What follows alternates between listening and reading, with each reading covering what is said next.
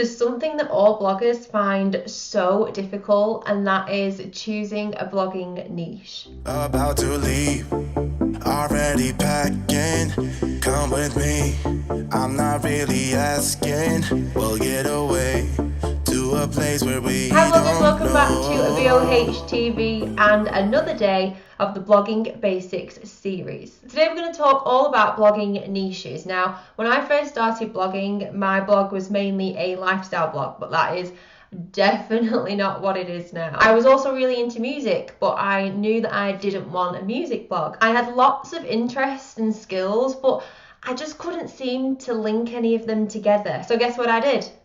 Yep, I wrote about everything. My blog was just a mixture of everything that interested me. Music, lifestyle, fashion, beauty. There was all sorts going on. I soon realised from speaking to different people and building my knowledge that I really had something to offer in the world of online marketing, and making this transition has done wonders for my online presence. So because I know this is something a lot of people find difficult, I wanted to share some tips on how you can find your blog's niche, appeal to your target audience, and still write a blog that you love. But in case you're new around here, then make sure you subscribe to this channel, especially this month, because I'm uploading one video every single day as part of the Blogging Basics series. So first of all, ask yourself, what do you want to write about?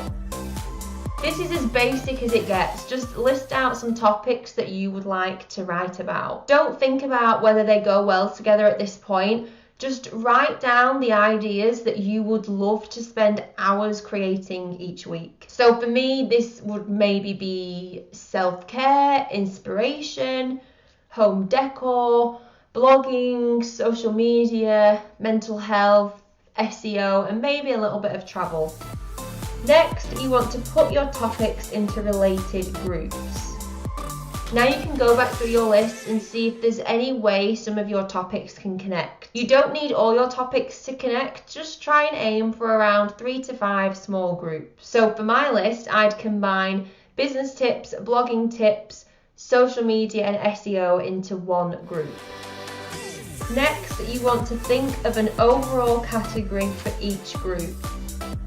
This is the most important step right here. When you've got your groups, you want to think of one word that describes each of them. So this could be a word from the group itself, or you might need to think of something else. It needs to be simple and descriptive enough that your readers will find it easy to understand. You might want to go creative and think of a funky title, but that's not the best idea. You want your readers to understand what your blog is about as soon as they land on your homepage and see your categories. You don't want them to be figuring it out. So for instance, my group of blogging tips, business tips, SEO and social media would become online marketing. What's great about this is that you've got your main categories for your blog, but then you've also got your subcategories too. This will be really helpful for you when it comes to generating different blog post ideas, and will also give you a wide range of things to talk about.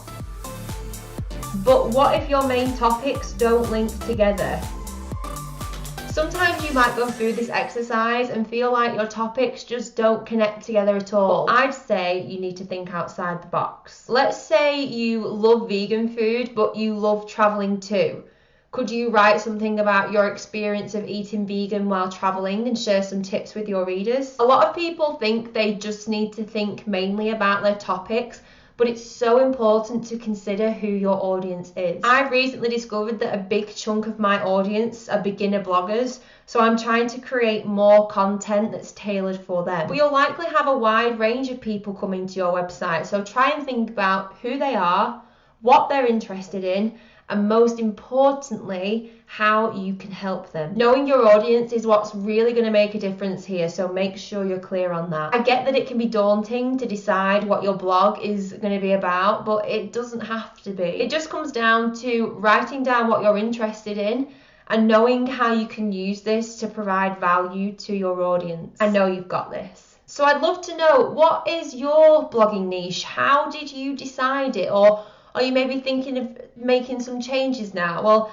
I'd really love to know your thoughts and your story in the comments, so please share that below. And if you need more help on deciding your blogging niche or coming up with blog post ideas or anything like that, then make sure you join my free library because it's jam-packed full of resources to help you grow your online presence. I'll leave a link to that in the description. That's all for today, bloggers. Thank you so much for watching. I really appreciate it. Make sure you subscribe for more blogging basics and really hone in on your niche so you can get one step closer to a breakthrough. You just lost it.